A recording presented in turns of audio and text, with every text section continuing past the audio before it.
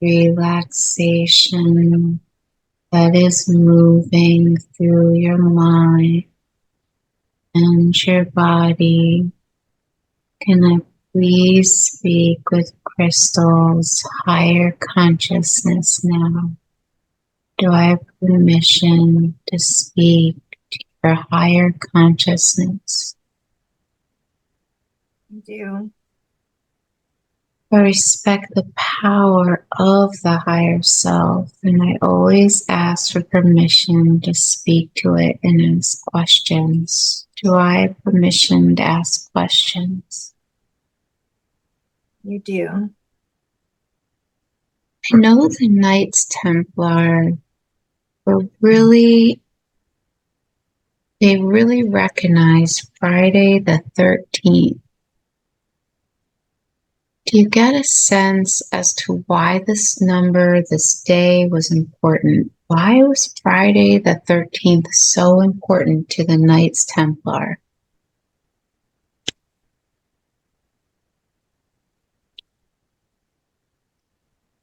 There's something to do with paganism here in the number 13. And we view the number 13 as being superstitious in this time and place the crystal is currently in now. But previously, there was a power associated with the number 13. And there was tradition around that, and it was a powerful number for different reasons. And they weren't one of negativity and superstition like it is viewed today. And do you get a sense as to what the Knights Templar did with that date, that number?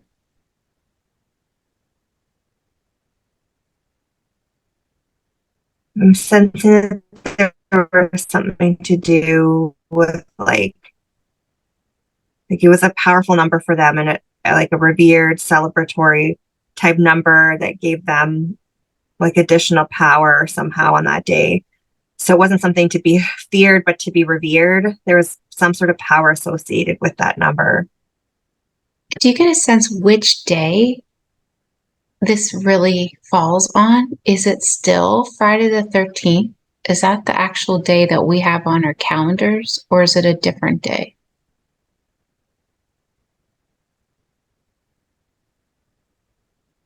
For some odd reason, Monday is popping into my head.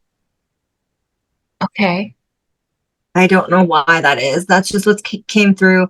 But I think to me, there's something more powerful. It's about the number versus as like not as much about the date as or the day of the week versus the date itself.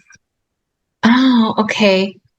And do you get a sense as to what this holiday was all about?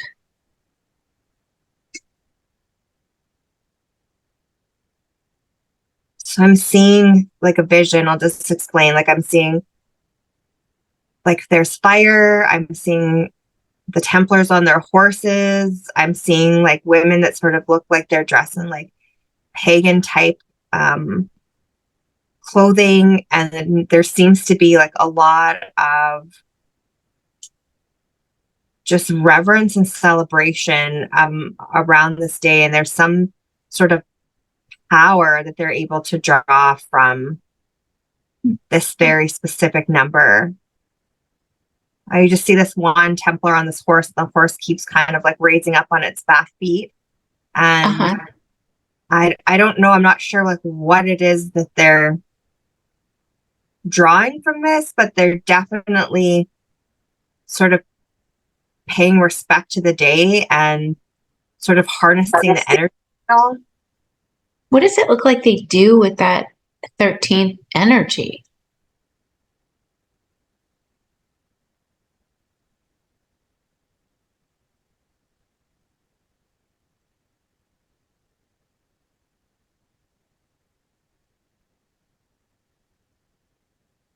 It's like they somehow are like more spiritually connected to something on this day. And I'm not sure if it opens their third eye even further, or if they're able to get information a bit more clearly on this day, or if they're almost paying respect to some like higher power on the stay and that connection becomes stronger. Those are the types of senses that I'm getting through this. Okay, so interesting. Thank you so much for that. Yeah, sorry, it's not super clear. I'm just No, seeing yeah, visions, but yeah. it's perfect. It's perfect. Thank you.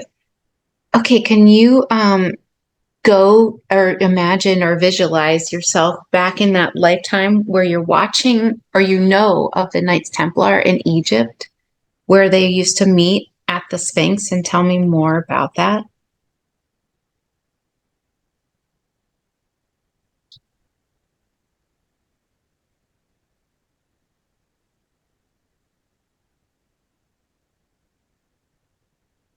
Yeah, so the Templars definitely don't, like the vision I just saw of this Templar on his horse around the fire, they don't present that way in Egypt. They're very much more trying to blend in, so you wouldn't know that they're the Templars.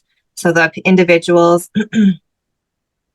that live in Egypt at that time that came over from the Lemuria, Atlantis areas know of them, but they are very careful not to let other people know, I guess, who they are. So there's a whole underground safeguarding of information, of really valued treasures, and although like a covert operation essentially to get some of this taken out of the Sphinx area and move it to other safeguarded places. And they need to make sure that this is done in a way that doesn't raise any like sort of alarms or bells to people. So they're being very cautious about just blending in and making, all of them just seem like they're going about their regular days. But there's definitely an exchange and like meetings that are happening in places of safety and security, and plans are being made to take some of the shared information and make sure that that information leaves that area. And also they're taking some valued treasures and ensuring that those move on, which we've discussed in previous readings. So some of these, valued items are making their way, which I think is over to more of the European areas. And then I think it goes over to the island that we were talking about. So that's the pathway. You get a sense who the leaders or the government is during this time? What the government looks like?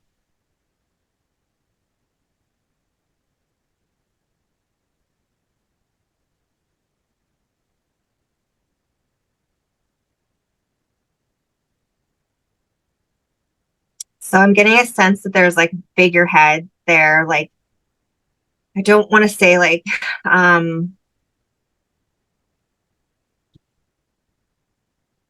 they're not quite as well dressed, or like not well dressed. They're not quite, they sort of look like what we would see as like the King Tut, the Cleopatra, like that look, but not quite to that level.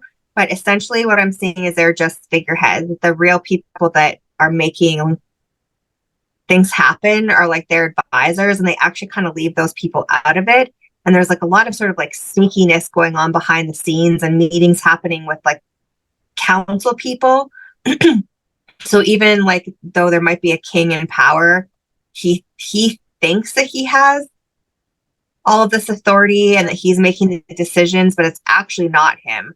These people that work as his advisors, they're kind of really sneaky, and they're the ones that are pulling all the strings, making a lot of these decisions. So that's what I'm seeing. Who do the advisors seem to work for?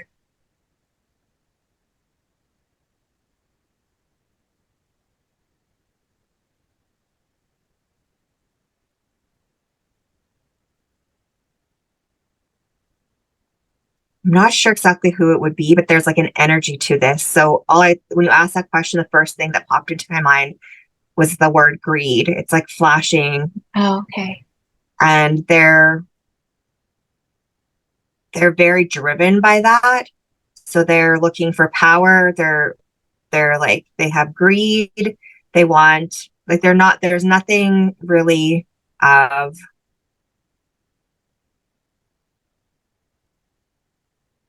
there's just not a good energy to them. They're not actually looking to in any way evolve their society for the benefit of humankind.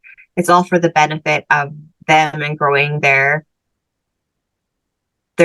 reach, and I guess their like bottom line. They're trying to, you know, become richer and more powerful, and that would all be at the expense of the people. No. And do they ever have meetings, these advisors? Do they work with one another? Absolutely. They absolutely do. Like, so it's interesting because there's the Templars and the individuals that are helping them try to sneak things out, and they're having secret meetings of their own. And then the council, they're having secret meetings of their own. But the interesting thing is that the Templar and the group there, they're aware of these individuals and can very much sense their energy. And that's why they're taking these things out of Egypt to get the information out of there and some of these more valuable items out of there, because they are very aware of the energy surrounding these individuals and sort of where they're headed. But the council that works with the kings of Egypt at that time, they're not aware of the Templars. So that's a very good thing. So, yeah. Wow. Where does it look like everyone meets? So the council related to the king of the time, they meet within that building, but they always make it appear like if he ever walks into a room and they're in there and he's not in there, they're just like, oh, just, you know, we're kind of brainstorming, we're trying to come up with some thoughts, and we were going to present it to you. So they'll meet within the actual, I don't want to say it's like a castle, but like the beautiful buildings where they, you know, work and live. They'll meet there. But the other, like the Knights Templar, again, they're really trying to be very like blend in. So they're like on this like the dirt ground. They're meeting in people's like homes there, and they're very careful. Like you can see them almost like looking behind their backs before they enter these homes. But it's like they make it look like they're friends. They're just getting together for like a little gathering. But they're meeting in people's homes. I see it surrounded by trees, sort of dirt floors. They pull across this cloth to go into a back room in these homes, and they're having their meetings there. No. And does it seem like this, and this is in Egypt, I guess? It's in Egypt. Oh, wow. And how does it look like they are using the pyramids at this time? Do you get a sense?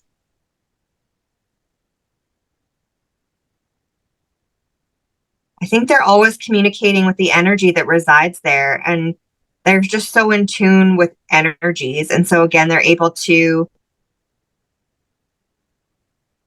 yeah, I'm just feeling they're connected to the energy of the pyramids, and their connection to energies in general allow them to be so aware of what those council members are doing and just the vibe and feel of them, and the fact like they're just aware of their sort of nefarious ideals. So they're just connected in. I don't see them connecting in like specifically like going into the pyramids and connecting with like a grid energy or anything like that. I just see them feeling like the energy that exudes from the pyramids, and it's just sort of like they're always working with that energy. It's like a guiding post and a reminder to continue and press forward with the work that they're doing. You get a sense why these pyramids have a type of energy? Oh, there's so many reasons. They were, you know, they were built in this very specific way. It's all to do with energy. So the way that they were built, the things that reside in the pyramids have an energy to them. There's certain items that are hidden in there that have an energy to them. So there's just energy everywhere in the pyramids, exuding from the pyramids, under the pyramids. There's just like an energy to them, like in every sense. Can you tell me about the stuff that's in them, that's buried in the pyramids that exudes energy? What kind of things? So I definitely sense that there's still some crystals in the pyramids. They're very, very, very powerful crystals. What can they do?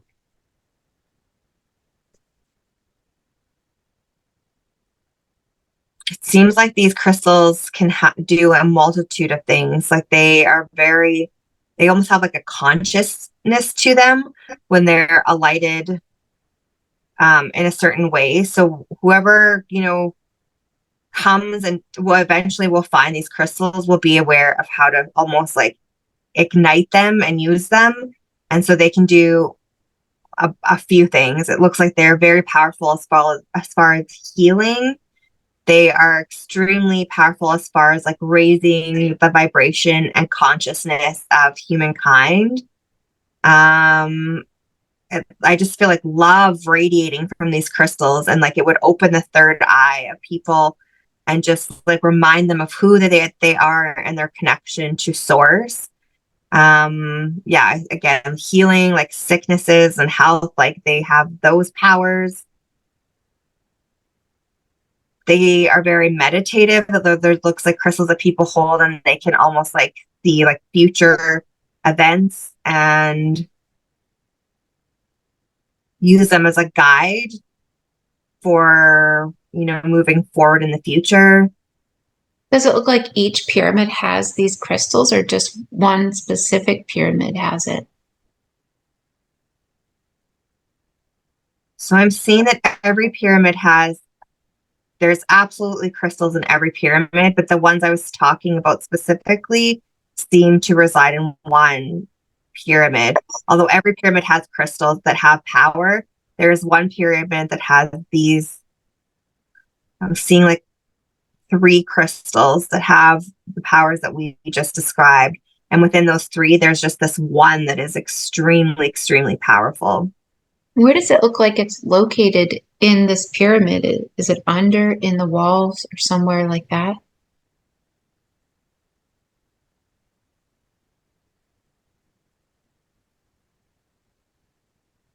So in the pyramids, there's an upper part, so it's above ground, and then there's the lower part below ground. And it looks to me like it's embedded in the center of that. So between the 2 levels, it looks like it's embedded between those. So there's like, we've talked about like as above, so below. And so there's energies above and below. And it's purposely centered there because it exudes upwards, like to the point of the top of the pyramid, and then also goes down to the point that is more below ground. So it's embedded, it looks like to me, in the center between those 2 levels. And what does this pyramid look like on the outside? Does it look like anything different? Is there anything different about this pyramid than the other pyramids?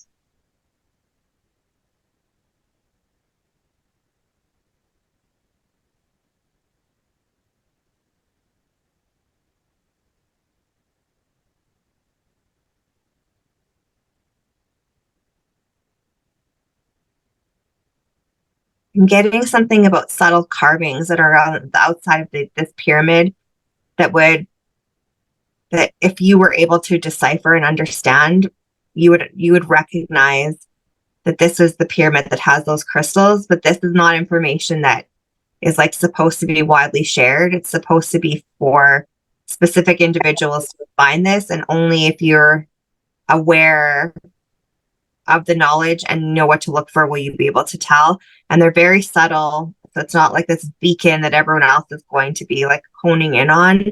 And if other people did see these carvings, they wouldn't be able to interpret or understand what it means.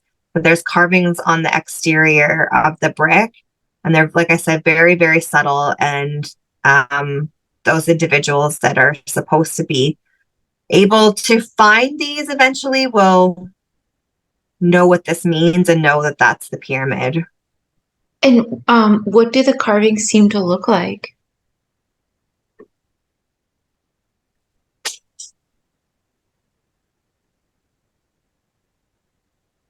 There's some sort of symbology there. I'm not seeing so much like drawings. Like it's not looking like it's a drawing of a person or animal or something like that. It's an actual like sort of like waves, like it's an inscription of some sort in a language I don't understand. Okay, and you see waves in it? You see waves, lines, dots. straight lines. So it's almost would just look like someone was like, so I'm seeing like a wave, like almost like an infinity, not an infinity sign, like that A sort of wave, yeah. an average sign. Yeah, dots, flashes, and that's what I'm seeing there. If you were to follow that crystal to when the person or being put it there first, can you follow it all the way back to that time?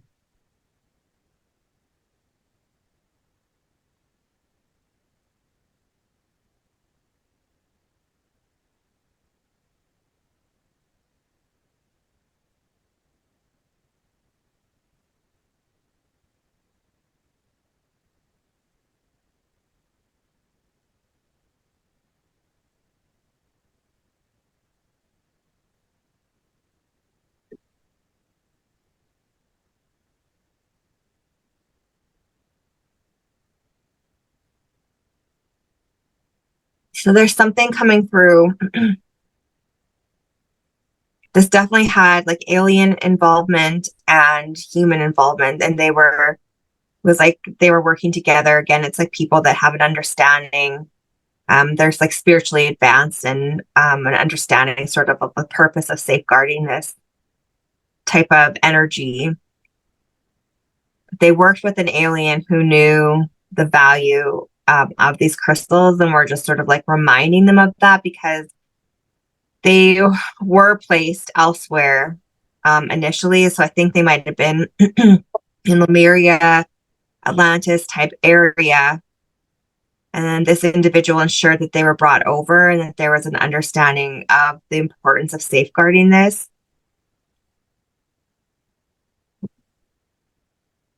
Oh, I can't really see too much beyond that, but I'm just seeing them like nodding their heads, and like there is like the shared knowledge occurring of like, okay, like yeah, these are really powerful. We were using these over there, but the world sort of isn't really ready for these right now. So safeguard them, and we're embedding them here, and the energy is still there. Like it's not like the crystals ever lose their energy, but they're just being safeguarded in this place for like greater use down the road as the world is ready to sort of, shift into this higher consciousness. What could people do with it if they used it for the greater good? Like what could you do with it? So I'm just seeing like the heart chakra being ignited, and like it's almost like it just has everyone's chakras, like third eye is opening, chakras are spinning, everyone's aligning, and then I'm just seeing this like blast of white light coming out of people's heads, and it's just like they're connecting to source in a way that they never have been before, and they're all the sort of like fog and gloom that's like almost covering people's third eye all the time is like cleared away, and humans are just aligning, and this white light is coming out of everyone, and it's like connecting all of these humans together, and that light is connecting to source as well. And it's just like, oh my gosh, everyone's eyes are opening up to sort of the way that we've been oppressed by people in power who have the same, desires as these people, the council in Egypt that we were talking about, like greed, money, power. And our eyes are opened. And once people's eyes are open and you recognize how you've been oppressed, which is, in ways we've discussed in the past, such as eating bad foods, feeling like you have to like go to these jobs that aren't fulfilling, like you realize like it's almost like this sort of like fat suit almost like falls off of people. They're like, oh my gosh, wow, like I don't need any of that. Like, we've been feeling like we've been living in this like world where we've been told like what is important, and they recognize that none of that is important. Like, oh, you have to stay in this sort of unfulfilling job because it has a good pension, or like there's just none of that matters. What really matters is being like good stewards of the earth, loving one another, connecting to each other in that sort of compassionate, loving way, growing your own foods, and revering Mother Earth, all of those types of things. That's the importance of life. That's the meaning of life, is like just being sort of happy with like what you have, the smaller things in life, and a connection to one another. And that's sort of been stripped away from us throughout the years. So these crystals have the ability to just ignite that awareness throughout the planet. And I just see all of these little white lights suddenly pop, pop, pop, pop, pop. They're like popping up all over the world. And right now there's like people are here and there's a lot of like white lighted people, but their lights are very dimmed just because of the way that we've been taught to live our lives. But once this consciousness is and the vibrations of everyone rises, the lights are so bright, and then the dark powers that are have been sort of teaching us to live this way, they're being snuffed out because we see them for what they are now. And that really is the way that the world needs to go, and how we need to be to shift into this fifth dimension. Oh, yeah. Wow. These crystals that are in, well, the special one that you see that's in this pyramid, is it like a red crystal or is it a different color? What do you notice?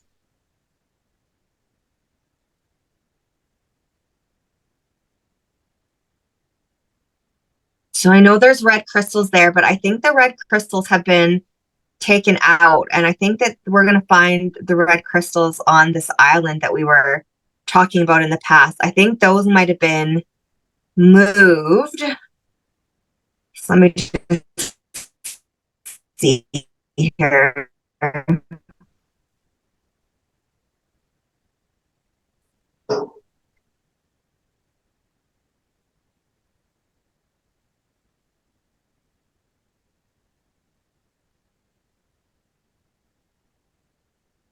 Okay, so this one this is a very powerful one. It's an interesting crystal because it absolutely has red, but it can also shift its color. So it's red, it has like a tone of purple to it as well. And then when it is like activated and really glowing, it almost becomes every color. Like it becomes clear and you can see like the colors of the rainbow within it. But if it's just sitting there, it has this color of like red and almost like maroon, I guess I would say, like maroony purple. Um, but once it's activated and almost like glowing, it's every color. Like it has like this beautiful bright white light that it gives off, and almost all the colors of the rainbow just come out from this crystal. But when it's not activated, it's sitting there with sort of this red maroon hue. Is there a reason or a purpose why it's still in this pyramid? Mm-hmm. There's something about the way that the pyramids are built and just that energy field that's there. And it's safe. Like it's people do know that it's there, but the people that know are like the wardens of this information. And it's just kept for safe. It's kept for safekeeping. And there are other people in the world who feel like they have an awareness of these crystals as well and are searching for them. But this one is not going to be found by them. This is definitely going to be found by people that are there for good, but they're not going to utilize it yet. It's going to be utilized. I almost see that it knows it's going to be utilized soon too. Like its energies are starting to like, it's vibrating at a higher rate than it has been. It's like almost getting excited. It's like the time's coming and I know that I'm going to be utilized again, but it's just, it's not, we're not quite there as a consciousness yet. It looks like there's just a few other things that are going to happen in the world first. And then that crystal is going to be like taken out of its little place. But I see it still being used in the pyramid. So they're going to remove the crystal from its hiding spot. They're going to go to the above level of the pyramid and they're going to sit there with this crystal. And the energy is going to go up through the tip of the pyramid and then out through the sides. And I can just see like this whole light just coming out in a certain way from the pyramids. But yeah, that's all I Wow, see. that's amazing. Do you get a sense where this crystal is originally from?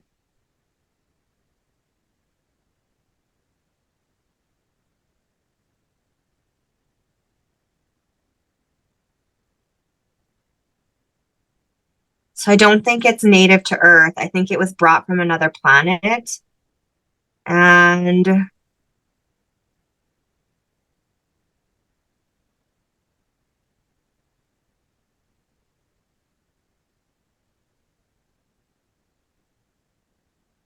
pathway for that exactly isn't super clear, but I know that it wasn't native to our Earth. Oh, okay. And is it possible to tune in or use that crystal when you go to Egypt now? Like, can someone tune into it and use it for their benefit? Or any of the crystals that are there now? So the crystals seem to like know, like there's like in a way almost like a consciousness to them. And again, it's just that consciousness of energy and source and all of that. So if you are going to Egypt and you're in the pyramids, like I said, every pyramid has crystal and all of them have like power, but this one's just super, super strong that we're talking about. But all of them have power. And so if you are, raising your vibrations and asking to connect with source and your heart and your energies are flowing like of the good, those crystals automatically resonate with that. And what it looks like happens is that it just assists in whatever you're trying to do. So if you're, working on like your heart chakra, or you're trying to like even become more in that space of like love and like harmony, those crystals support your practice and exponentially help you grow in those moments. So if you are like a closed off individual or your intentions aren't right, I almost see like the crystals cooling and you're not going to feel the power of them unless you are sort of aligned with their energy as well. And so if you're aligning with that vibration, they're there to support your practice and like exponentially help you grow. Wow. Why does some people heal in pyramids sometimes? So I think it has to do with the reason that we just said. So some people, if they take the time to like actually release, I guess, the barriers that might be holding them back from actually like believing in their ability to heal, and they're in the pyramids and their heart is in the right place, and they want to believe, but maybe in the outside world they can't quite get into that space, but they allow themselves to be a bit more open in the pyramid. Those crystals are assisting with that healing. And again, they work and they're so powerful, they sort of can exponentially increase whatever it is that you're trying to do. So if you are looking for healing, like they are aware of that. And if you just allow them to work with you, it looks like they're like, hey, like we're here, we want to, we just need you to be like open and give us permission to, and sort of align your energy with theirs. And that's why the healing occurs. Wow. What do you do when you're going in like a pyramid and there's just tons and tons of tourists in there? Can you still have a good experience? Sorry, tons and tons Of tourists? a Taurus. I don't know what that means. Oh, tons and tons of other people there. Like there's also other people like in the Oh, yeah, pyramids. What do you that's do?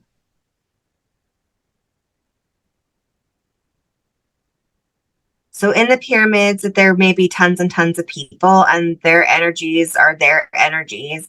And again, these crystals are aware of everyone's energies, and they have an unlimited abundance of energy to share with you. So essentially what you want to do is, if you can, try to get into the meditative states we've talked about in the past, even if it's just grounding and protecting, and you're just trying to shield yourself from other people's energies. There'll be great energies in there, but there'll be not so great energies in there as well. And just protecting and grounding, and then asking for the energies within there, like the crystal energy within there, to work with you. And they're waiting for that for that connection, and they'll find you. It doesn't matter how many people are there, and the energy will work with yours. Oh, amazing. Thank you so much. Were the pyramids ever spaceships or no? I'm not getting that they were spaceships. I'm getting that they had a lot of the technology was brought from people who were in spaceships, like Mhm. definitely alien technology, and they helped individuals here um, understand how to use that same technology and then assisted with, what they already knew to build them. But I'm not getting that they were ever a spaceship, but I do see something possibly about a spaceship being underneath one of them. Okay. Tell me about that.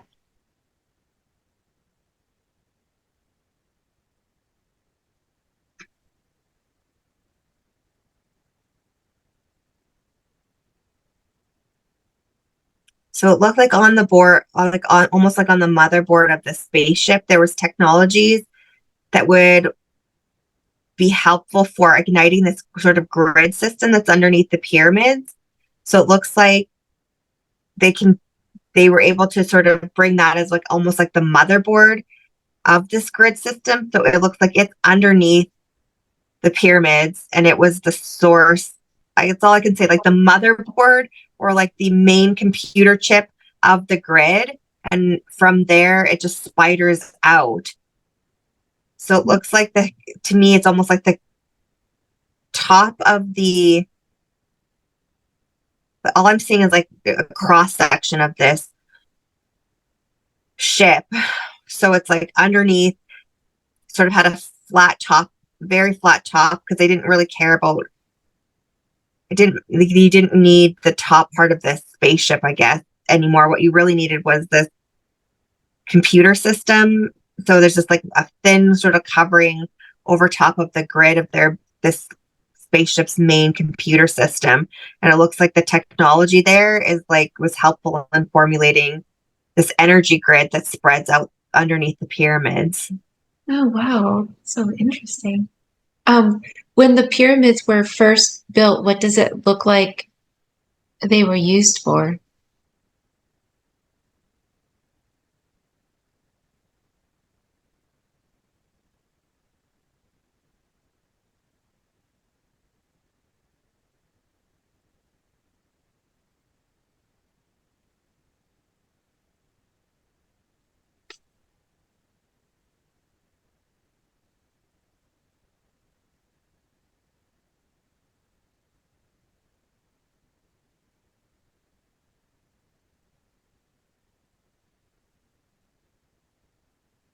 It almost looks like they used for it almost looks like they were put together for like a future purpose. So in like back in the day, of course, like they did bury individuals in there, and it was like sort of like a safekeeping for revered people in the community.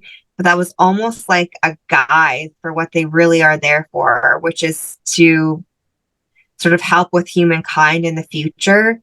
There was always individuals that were aware of the power of the way that they were built. So this triangle above and triangle below, and the energy that worked within the pyramids. But it almost looks to me like they were sort of future built. Like there's something very important about their use in our upcoming future. Well, tell me more about what you notice.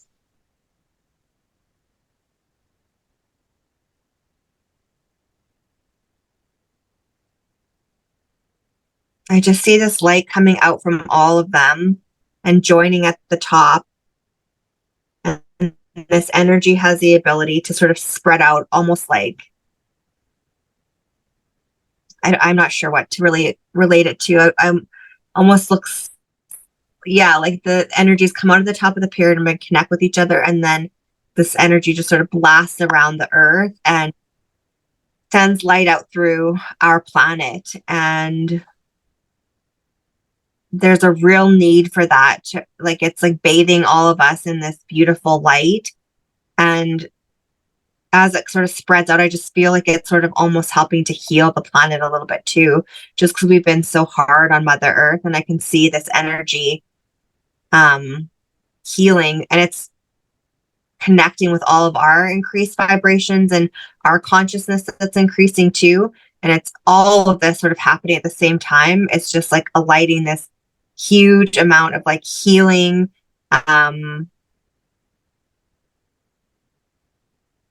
Yeah, so the crystals are igniting, the light's coming out. I think it all has to do with this sort of ascension path that we're going to be taking as humans. Why hasn't it happened yet, does it look like?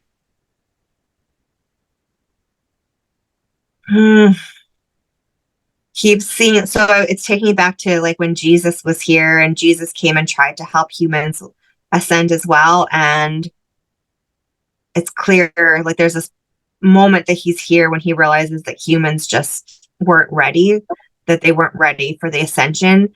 And for whatever reason at this time, we're getting closer. We're so much closer, but we're just not quite ready. And there's so many factors at play. There's so many different like entities that are trying to help us with all this. And it's like, we're just not quite there yet, but we're very close. Can you tell me more about that moment when Jesus realized it wasn't going to work? Do you get a sense as to what he was doing or how he realized this? So he came to spread the word essentially of source. Whatever you want to call that,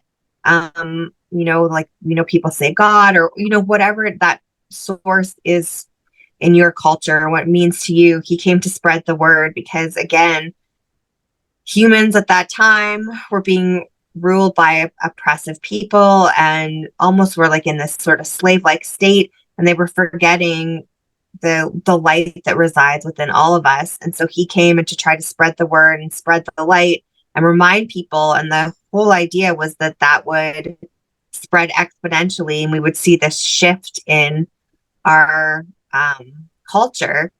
And there were absolutely people who were welcoming that information and were running with it. But overall, there were too many people who were still too closed off and weren't ready to absorb that information. And of course, there were so many people that were trying to ensure that information wouldn't spread. And I almost like feel the moment. It's just like this sigh and this kind of like, oh, this is so unfortunate, but like I came here and they're just not ready yet. It's just I'm trying, but where the massive impact that I wanted to see in his lifetime, it just wasn't going to happen. But as we know, like he made a lasting impression, and his word still to this day has traveled, through time and has very much retained most of its original meaning. But as a whole, as a society, then the shift just wasn't going to happen. Humans were not evolved enough to make that leap yet. And when you look at his life, does it look like he really died on a cross? Did he really die on the cross?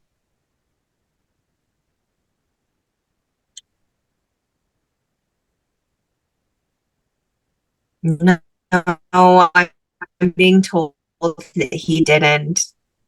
Oh, wow. It was like a trick of an eye, like sort of a mirage. Like it appeared that he did and that he was dead, but it looks like he didn't die on the cross, that he actually had like a longer life, that he was like taken away somewhere safe and was like able to live out a longer life and still mentor people to carry his word forward for a longer time than it would have been believed by the general population.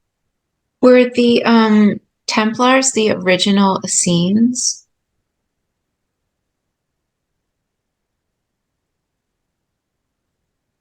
I'm not getting that they were the originals. I'm getting that there was individuals like that were original Essenes that were able to guide individuals and maybe have went into the Knights Templar, like into forming it, but the Templars themselves weren't all the original Essenes. No. Who were the original Essenes? It looks like there was a community of Essenes before Jesus even came here, and they had their own little community, and they were actually part of his journey too, and like guiding him. And then it looks like they were sort of began like moving spreading out from one another and spreading like the word, but they didn't stay in the same conglomerated group in this one area that they used to live in, that they sort of eventually moved from this place and started spreading out. And some of those individuals did become Templars and influence the Templar culture. Yeah. Oh, okay. So interesting. And what about Jesus when he was born and he came to do that? Does it look like he had two parents, or was he really like from somewhere else?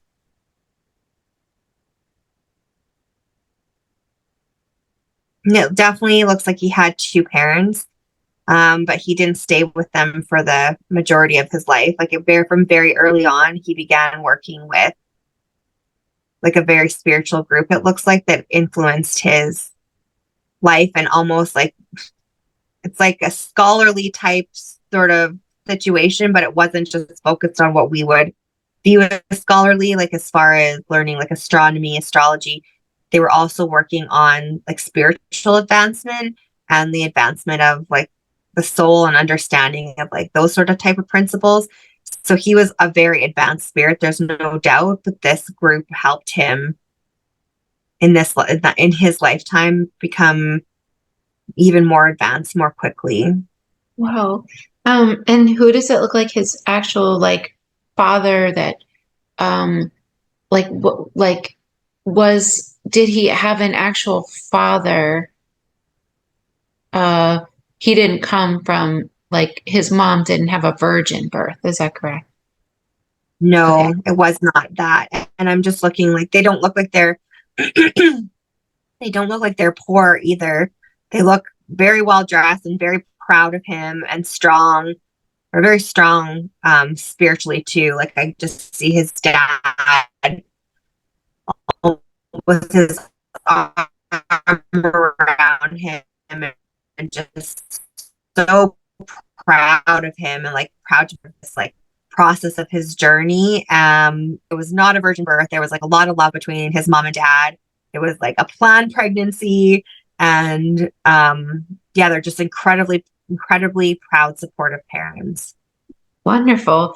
Before Jesus came into that body, do you get a sense as to like what he was doing, like his soul? Like was it uh like a regular soul that came into that body, or was it some sort of higher being? Or I guess I'm just curious about Thoth, like this being named Thoth. It was Jesus a reincarnation of that being at all?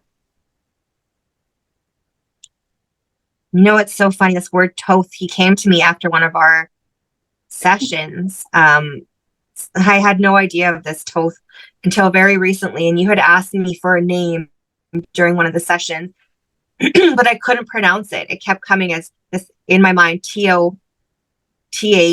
I had no, and I remember you asking, just like, I don't quite know.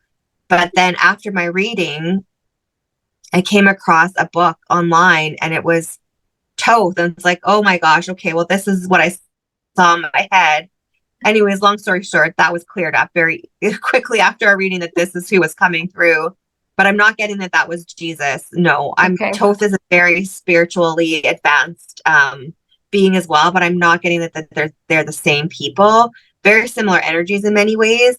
But you know, when you were just talking about Jesus, like all of our spirits are, you know, come from source and are just so beautiful, each and every one of our souls, but we're on different paths and different levels of advancement, and Jesus's soul is just incredibly advanced.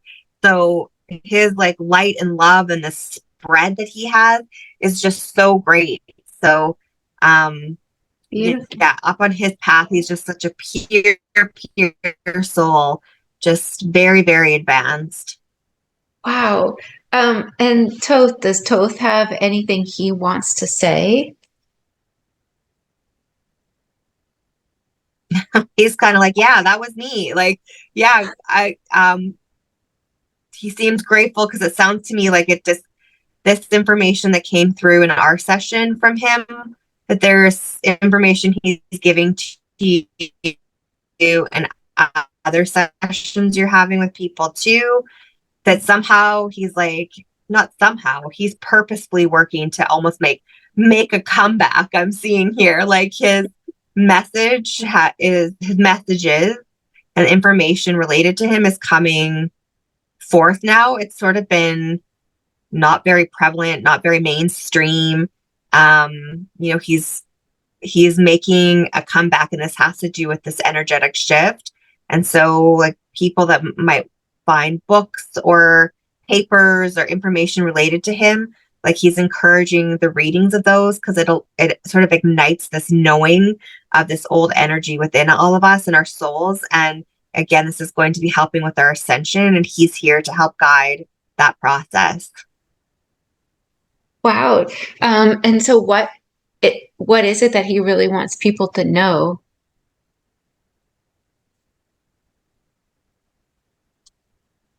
That you're so powerful, that we forget this. And we sometimes think as humans that our power resides in material things. Like, the more I have, like, oh, I have this nice house, I have this nice car, I have these nice clothes, that's where our power resides. But that is like the exact opposite of where your power is.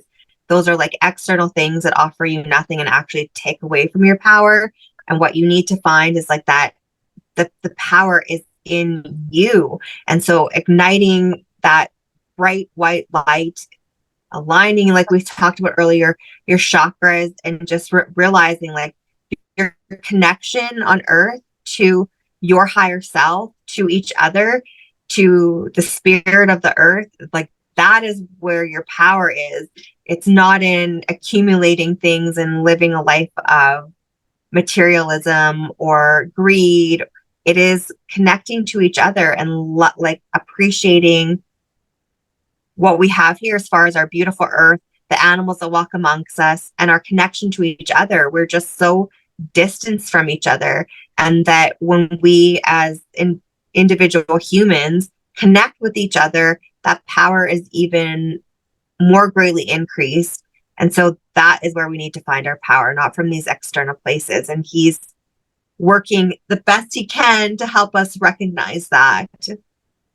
Why do we get sick, and why do we have problems and all these issues if we're so powerful? So we're so powerful that we can actually make ourselves sick too. And we're not connecting with our light and our soul. Our soul is like sad, and our subconscious is sad. And so humans are actually in some ways making themselves sick because we're not connecting to our higher selves. And so we're not living in this light and this sort of like our true power, our true sense. And so we think that things like, a new nice purse or a new car are going to make us happier. But those types of things, they don't, and they're leading us down the wrong path. And those types of things feed the soul in the wrong way. And so it can actually start to make you sick. And because there's people out there that could never afford the new car or the new purse, but they want it so desperately. And so they're making themselves sick by the desire for those things, instead of recognizing that none of that means anything. Again, it's this light inside ourselves that is everything. And so in tandem with, these corporations that just function solely on greed and profit and etc., that are helping to make us sick through, pesticides, through poisoning our food and our water and our air, that along with just this feeling of being disconnected from each other and source, all of those things in tandem are making us sick. Wow. It seems like every person has like good and bad in them. Like every person. Every person does. And so it's trying to figure out, the whole purpose of being here is to lean towards the light. And we have free will as human beings. And so our path can go one way or the other. And, there are people that are just sort of naturally like darker energies, but they could come towards the light. And then there's people that are absolutely come with sort of a lighter light and are very like sort of beautiful white sources that can be pulled by the dark to the other side. And that's that's really the journey here, is to go towards the light, lean towards the light, and live there. But absolutely, within all of us, there's the ability to have both light and dark, and that's where the free will comes in, is that it's the hope that we choose the light. Wow. Is there any way to integrate the two, or do you not do that? Do you not like, because how would you integrate the two? Because then you would be part negative, like evil. Right. So they're saying here there always has to be duality, because if there was only light, then you would, the purpose of like growth, it wouldn't really, like Earth, you grow so quickly here because of those dual dark and light pieces. The dark serves a purpose. So it's not to be viewed completely as this negative thing. It's something to sort of overcome and always be aware of. And yes, you always have it in you, but you can appreciate pieces of the darkness for showing you the other side, which is the light, and overcoming that. But it's just to always sort of keep your awareness that it's there, Yeah. and just trending towards the light, but appreciating the dark at the same time. I love it. In this place in Egypt, if you go down, there's this like underground, what's called serapium. I did ask a little bit about this before, but you go into this place and there's all these big, like it looks like coffin boxes, like sarcophagus, it looks like, but they're humongous, made of a Mhm. type of stone. What was hidden in there? What was in there? Does it look like?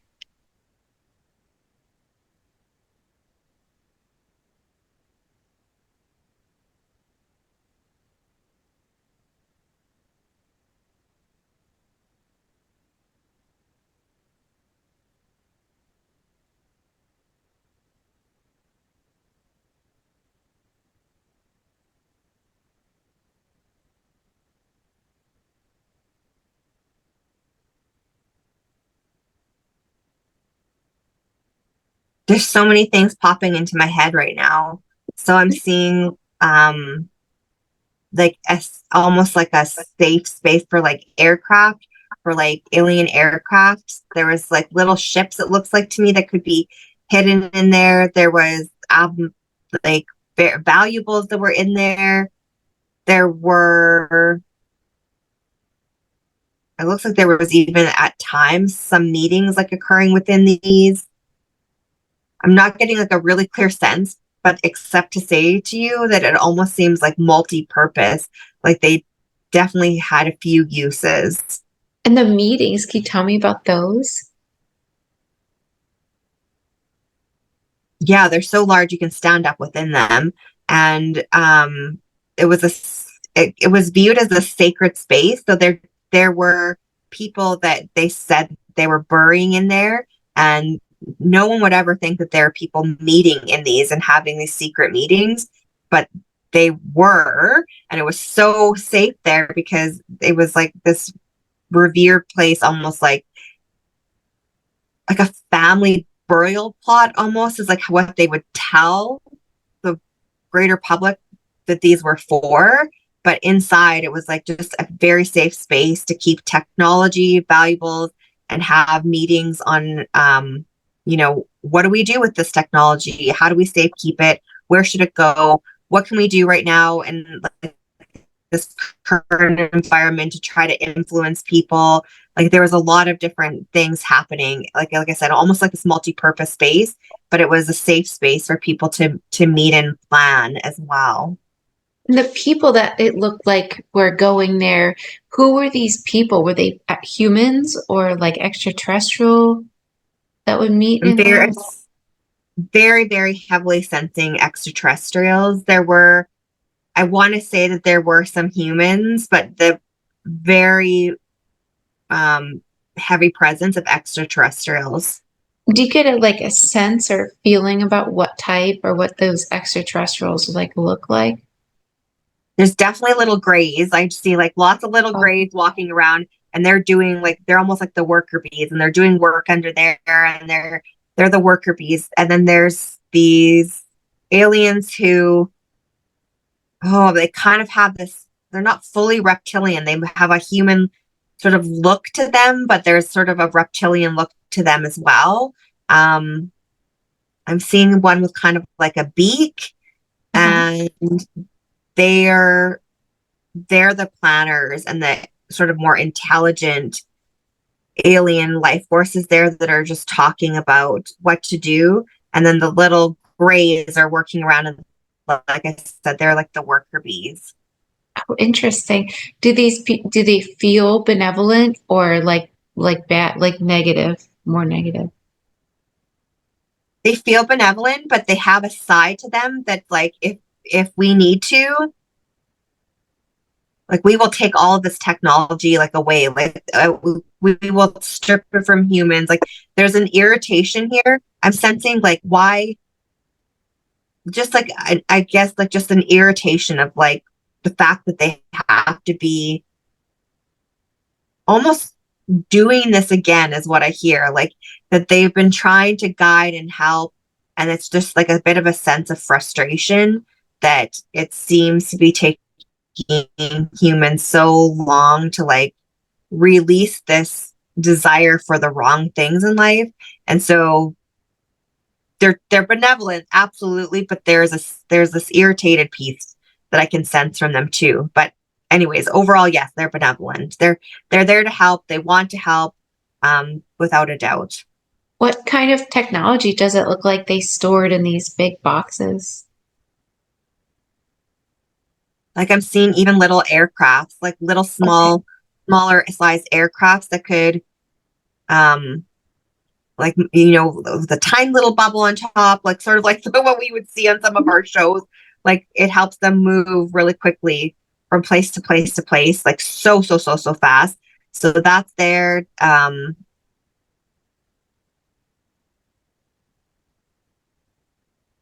seeing like a written work. Like there's some tablets there. There's I see like gold. There's definitely like some gold valuables there. But as far as technology itself, the big thing that I'm seeing are these hidden spacecraft. Oh, okay.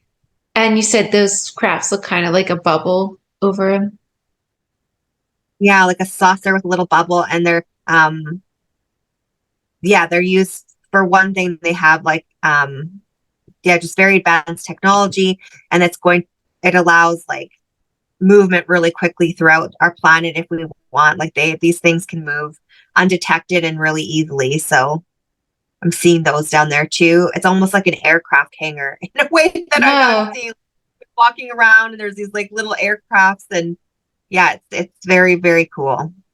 and who does it feel like built this place, like the underground Serapeum?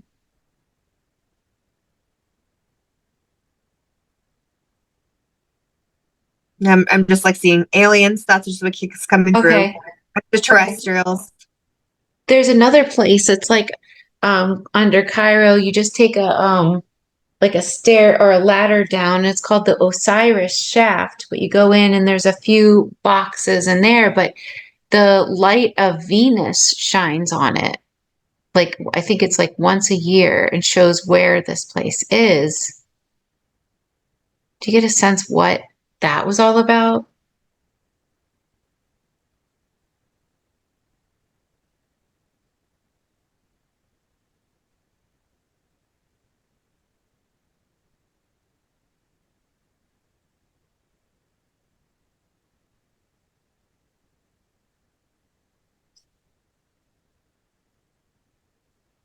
No, I almost feel like my mind's like closing up to some of this now.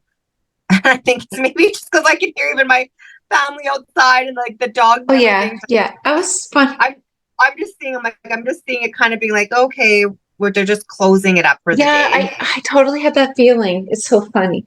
That's so funny. Can you do a scan of Crystal's body, please? And tell me, and just look deep in her body and tell me how her body is looking.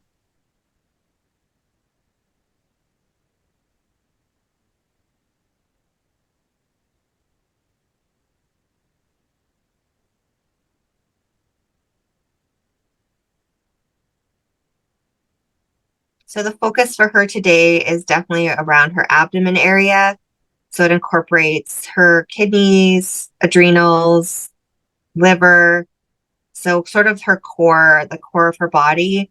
It's definitely hurting a little bit right now. And there is a reason for this. And that is because we have been seeing her hone in more on her diet, and she's becoming more of aware of what hurts her body and what doesn't.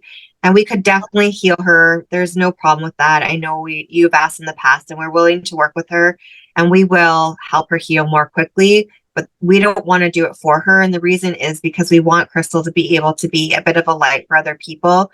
And if we heal her, she can't really explain to others how that happened. Not everyone's going to have easy access to sessions like this. We want them to be able to have the tools to help heal themselves too. So we're working with Crystal to recognize what fuels her and what harms her. And so she needs to now be more aware of what is harming to gradually release those from her diet and focus more in on what helps. Her husband also has a similar body chemistry, and they're almost honing in on this at the same time and doing this together. Now, the interesting thing about her husband is that his body doesn't show externally the damage that's happening to him. So he looks fit, but inside his body's hurting too. So externally, Crystal has put on some weight, and it really isn't around this abdominal area. So it's showing hurt in that way externally.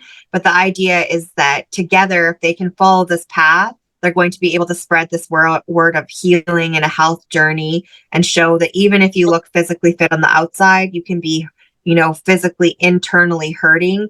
And if you sometimes, you look like you're not as healthy on the outside, you may be able to be expediting your health journey on the inside, but the outside doesn't show as quickly. So together, we want them to go through this journey and then be able to spread the message of how they healed themselves. And we're helping to guide this very clearly just by them tuning into the way that certain foods make them feel. And as Crystal continues to do this and follows this path, the weight will come off. But like we said, we don't want to just do it for her, because then she won't be able to spread the message to other people how they can also heal themselves. Oh, okay, I see.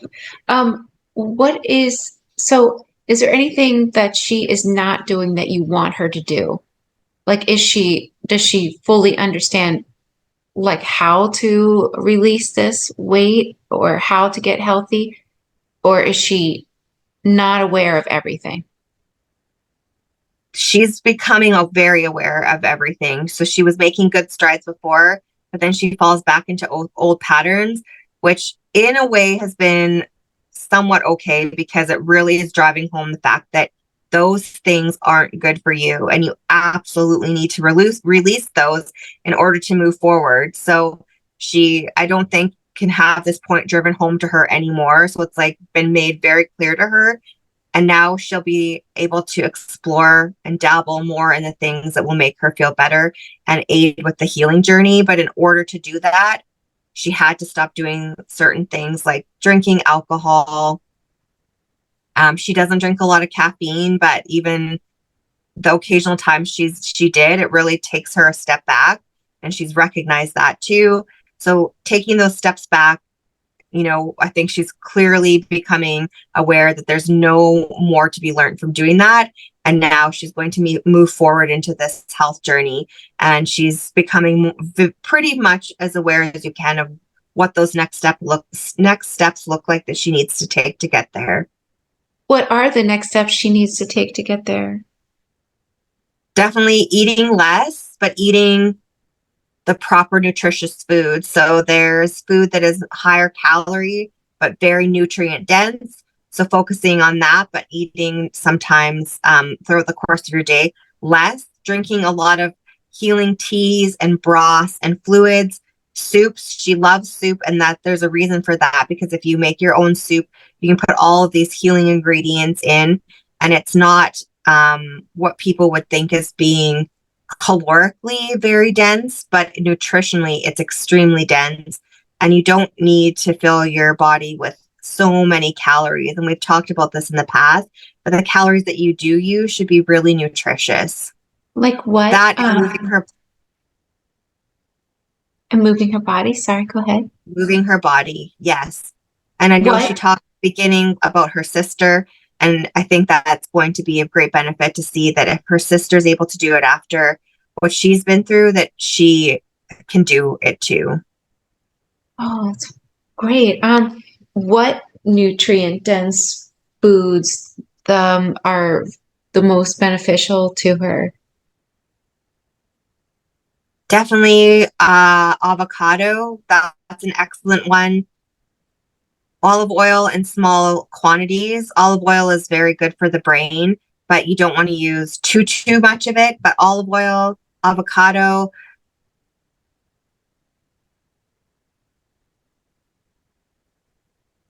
Yeah, and then I'm just seeing less. You're saying, "Okay, Crystal, get out of here. You're coming in." So the avocado, the olive oils, and then just fruits and vegetables, and tons of fruits and vegetables. If you're going to eat breads, they're saying very, very pure breads, like try to stay away from gluten. But if you're going to have gluten, sourdough seems to be a good one.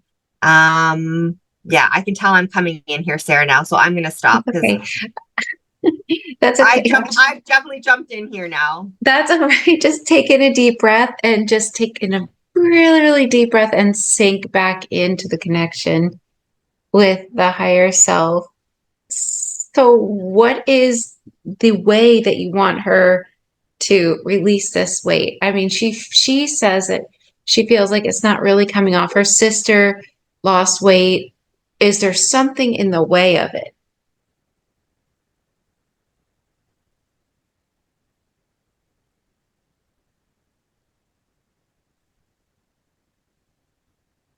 So she keeps beating herself up about this weight, and it's almost become like a cross to bear for her. And so she feels like she's got to almost hold on to this weight for some reason. Like, oh, I've abused my body. Oh, like, I can't seem to figure this out. And it's almost a cross to bear. And she has to realize that she doesn't need to hold on to this anymore, that she's learned what she can from having gone into this weight gain situation, and release it. And by releasing it and trending towards lighter food and food that lives in the light, she's going to be trending into this chapter of her life that she's supposed to next. And now, the beginning of the reading, you and her had made an agreement that you would also talk about where she's supposed to be living. And we're showing her right now that she is supposed to be living in an area that has more land, so she can also grow her own foods. She can connect more with the earth. She can feel the sun on her and her food sources. She can be a protector of animals, and all of this is going to be trending her to being an example of how we can be living and being stewards of the earth and stewards of ourselves as humans. And so this weight that she has, she can release it now because she knows the tools are out there for her to access on how to do that and how to become healthier. And then when she does that, and she also moves into this area of land ownership where she can grow her own foods, this is where she's supposed to be. And she can be like a beacon of light and an example to others onto how to follow the similar path. Well, now that she got that message, can she just release it? Like, can you help her? Can you release it for her? We can help her, and we want to do this with her. So she just allows us in. Yes, we want to. It's like, let us in. We want to help you. So we will help her. She just keeps putting up these blocks. But what we're doing right now, Sarah, is like pushing the blocks away. We're like, enough, let them go. And so she knows what she needs to do. We are here to work with her. And yes, we see this progress happening, and the weight should come off. Can you do that right now and maybe for like a couple minutes or something? And you just let me know when you've done that so that she can, this could be easier for her.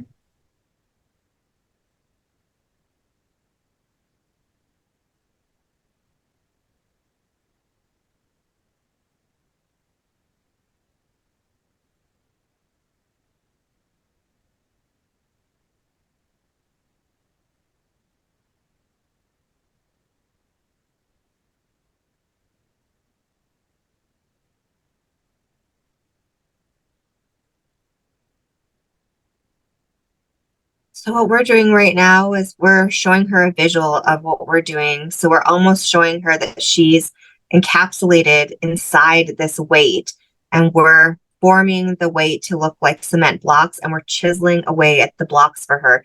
And the concrete is breaking away. In essence, that's the fat breaking away. And inside of this like tomb of concrete is the true crystal. And she's in there, and we're breaking away the blocks that she has to her healing and this excess weight, and it's falling. And we're showing this visual to her because she's an incredibly visual person, and this should help her see the true her and allow this excess weight to dissipate.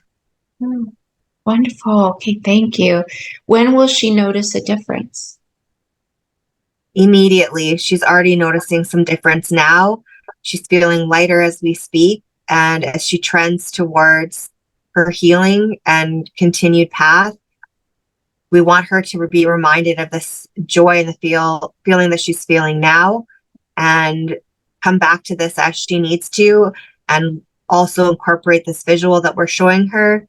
And she's, as we said, feeling changes now, and if need be, come back and visit this moment so that she can be reminded of this and continue her path forward. Wonderful. So you said you want her to move somewhere where there's more land. Where is that place? And when do you want her to move?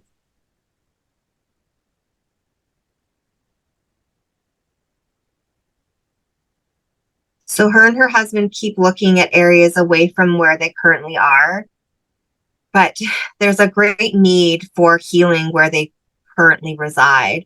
And the places that they are looking wouldn't put them in contact with individuals in the amounts that we see where she lives now that could be influenced. So we actually see them staying where they are in that general area for a few more years to assist with the healing in that area. There is healing happening in other areas that they're looking at, and it's almost like we want to say those areas are already sort of being taken care of. We put that in quotations. Their journey has already started, but there's a more of a heaviness in the area where she resides, and we need her light to stay there right now. And so as much as we know that her and her husband would like to potentially move elsewhere, at this current time, we would ask that they stay in the area where they are for that reason. And it doesn't mean that down the road that they won't leave, and they can sort of spread their light and love and this journey elsewhere. And maybe it looks like actually we're telling her that as the years progress, she'll be sort of embraced as she comes to some of those areas, because there's already like-minded people there, and they'll sort of almost be, it's almost looks like a reunion. It's like, oh, okay, finally we're together, and the message becomes even more empowered. But right now, for the next few years, we ask that they sort of stay in the general area where they are, to allow their light to shine there and influence the energies in that area. So just land in that area, and we're just showing her a beautiful sunny parcel of land. It's not so much about the size of the house or the beauty of the house as it is and just getting out into this nature type area, and just staying in that vicinity is what we ask at this moment. Oh, okay, that's great. How does her body look? Do we have time for two more questions? We have time. Okay. Could you let me know if it's too much for her? Just a few more questions. No, we're okay. Okay. I'm really curious about a million things. So let me just find two questions. Abydos. There's a place called Abydos. What is the best thing that a person could do in Abydos that would maximize their experience? It's also apparently where the Templars did some work or something there.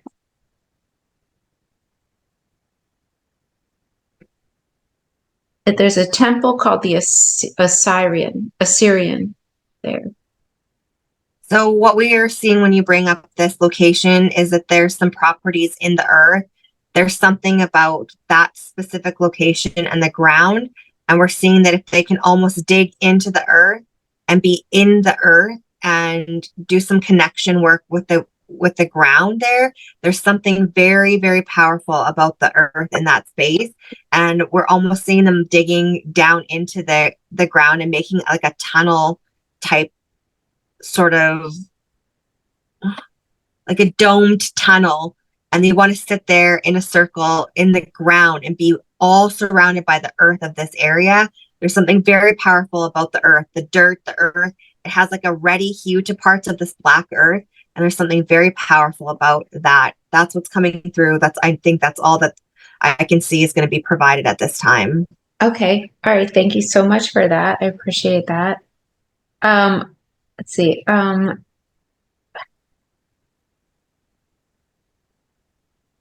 Right.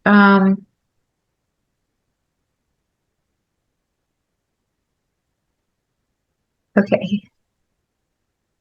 The Horus Temple. What can you do in the Horus Temple?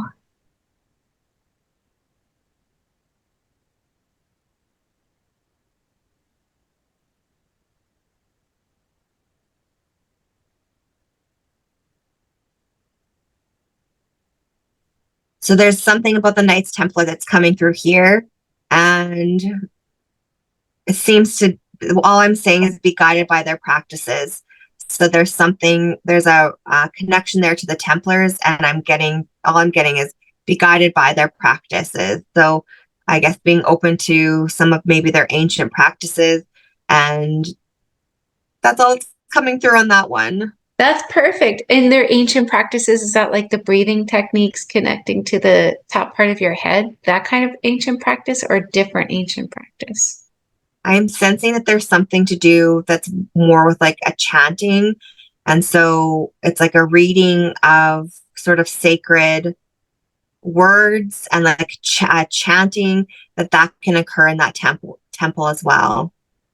Wow. What kind of sacred words?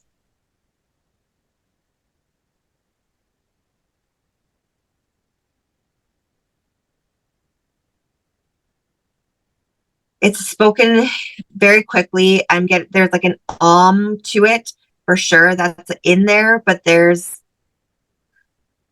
can't say exactly how it goes, but there's like a chant that they have, and they're the Templars. It's like an ancient practice. Maybe we can hone in on a bit more of this next time, but it's Okay. definitely a chant.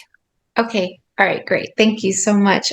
Why are so many of the pyramids able to do something with harmonics? Like there's so many, they're like resonance chambers. Why? Mhm. They are. So it's sound therapy essentially. So you're right. They were built almost like you would see like a concert hall built for a certain purpose. And the way that the acoustics work there, it surrounds everyone that's in there. It almost can become like this swirling energy. And again, it's just swirls the way that the sound goes. It can almost like create like this tornado of energy inside. And again, it was purpose built. It has to do with healing, with energy, and it's like a sound bath and sound healing. And that's just another piece of energy work. Great. Okay. Do you have any final messages for Crystal at all? Well, I just saw them say, keep it up. Do they have any final messages? What? Wait, oh, could you say that again? I'm sorry. I was literally, that's what they're saying for you. You're literally saying the same thing for you. Like, keep it up. You guys have the tools. You know what to do. You're on the right path. Keep pressing forward. Sarah, they're linking into what you told me at the beginning of sessions, readings with, etc. And just, that there will always be those people that are going to try to put blocks in your path and bring you down, but almost just like shooing them away, like pushing them aside and continuing down your path, because you guys are both, you're aware of where that path should lead you. And those are just external influences trying to bring you off it, but just shoo them aside and continue down the path that you're on. Oh, I really appreciate that. Thank you so much. Can I ask one question about caffeine? Is it true that Absolutely. caffeine really does hinder your growth? Because I love matcha, green tea matcha. This Uh, is my last question. we want to say that it's fine, but no, caffeine, it really doesn't play a good role within your systems as humans. It's incredibly hard on your bodies as far as a few things on your adrenals. It can even be hard on your liver. And so anything that's hard on your body kind of creates your body, causes your body to become more sluggish. And when your body is more sluggish or weighed down, then that connection to spirit becomes more difficult. So we would say if you're going to use it sparingly. And we know that's hard to hear because there are so many humans that do enjoy caffeine. Man, okay. Well, thank you. Appreciate it. Gotta get rid of the matcha. Okay. Anyway, any other messages you want to tell Crystal or me, or are we complete? We are complete, but we're excited for another session because we definitely have more information still wants that we want to share and come through. So thank you for today, and we look forward to speaking again. Oh my gosh. Thank you so much. So much. Thank you so much. Now I'd like to ask the